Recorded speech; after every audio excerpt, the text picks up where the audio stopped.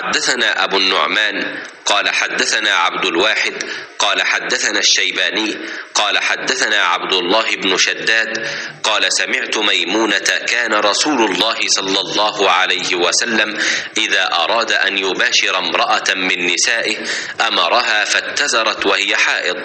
रवाहु सुफयान अन शैबानी।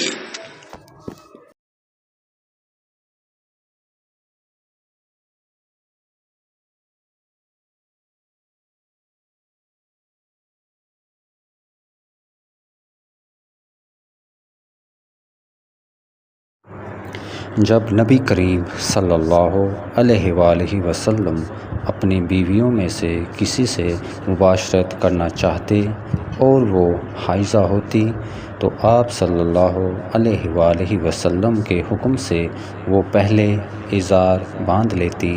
सही बुखारी हदीस नंबर 303।